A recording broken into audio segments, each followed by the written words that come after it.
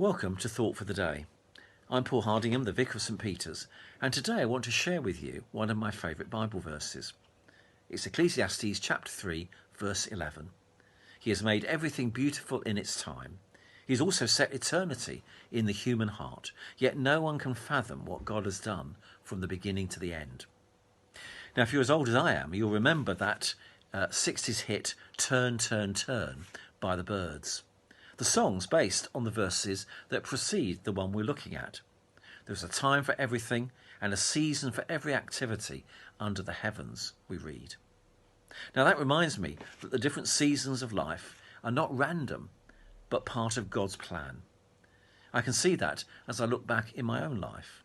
For example, I remember a time when I went for a new job that really didn't work out.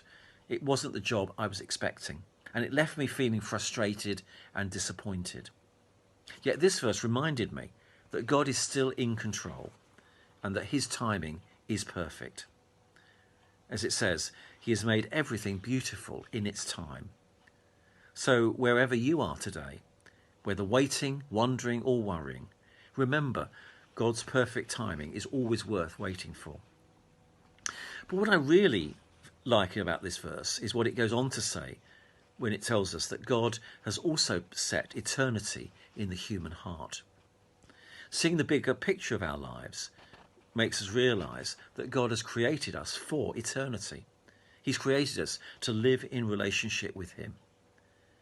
When I decided to follow Jesus back in university days, it wasn't just a decision for this life, but one for eternity. And that's truly mind-blowing. At the time, I was searching for meaning and purpose in my life, like many today. I was asking those big questions. What's the purpose of life? What happens after I die? Is God really there? Why do bad things seem to happen? And am I in control of my destiny? I don't think, as I say, that's unique to me, especially when we take this verse into account. It reminds us that each one of us has a God-given, inbuilt sense that there's more to life than what we see around us. We know that the material life of being born, of keeping alive and then dying isn't what life is essentially about. And many, as I did, yearn for something more, for value, purpose, meaning and justice in life. Of course, we can fill our lives with lots of good things: career, pleasure, shopping, relationships, good works, and whatever. But we know that none of these are ultimately satisfying.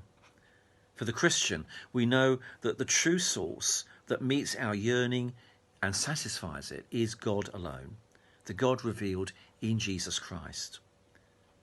I think it's clear in this time of lockdown that people are looking for more. Recent polls have suggested that 25% of people have accessed a church service either online or on TV. And in terms of prayer, 1 in 20 people are Googling that particular subject, evidence of that yearning. So what's the challenge for me in this verse today?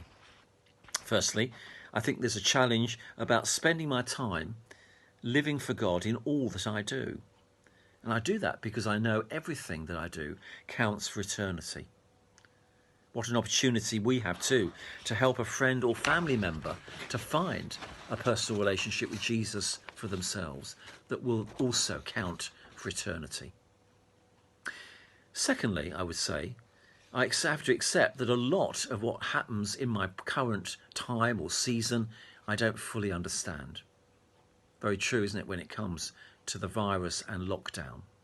And yet, as this verse says, no one can fathom what God has done from beginning to the end.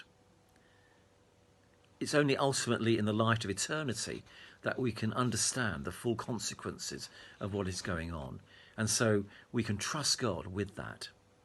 And then lastly, I can see the challenge of being more aware of eternity each day.